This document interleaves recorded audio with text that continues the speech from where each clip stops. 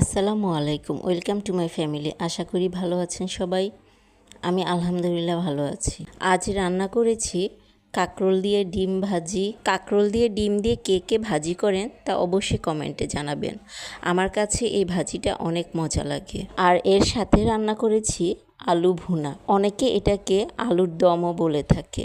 আলুর এই ভুনাটা রুটির সাথে খেতেও অনেক মজা লাগে। রুটি ছাড়াও এটা পরোটা বা লুচির সাথে খাওয়া যায়। ঝাল ঝাল করে এই আলুর ভুনাটা খেতে কিন্তু অনেক মজা লাগে। এই আলুর ভুনাটা তৈরি করতে আমরা মাংস রান্না করতে যেই উপকরণগুলো দিই সেই উপকরণগুলোই লাগে। আপনারা অবশ্যই রান্না করে দেখবেন। এইভাবে আলুটা রান্না করলে কিন্তু অনেক মজা লাগে। আর এর সাথে রান্না করেছি পাতলা করে মসুরির ডাল। আজ আর মাংস রান্না করিনি, কারণ বাচ্চারা এই আলুটা খেতে অনেক পছন্দ করে। তো এই ছিল আমার আজকের রান্নাবান্না। আপনারা কে কী রান্না করেছেন তা অবশ্যই কমেন্টে জানাবেন। ভিডিওটি ভালো লেগে থাকলে লাইক, কমেন্ট এবং শেয়ার করে দিবেন। আজ এই পর্যন্তই। আল্লাহ হাফেজ।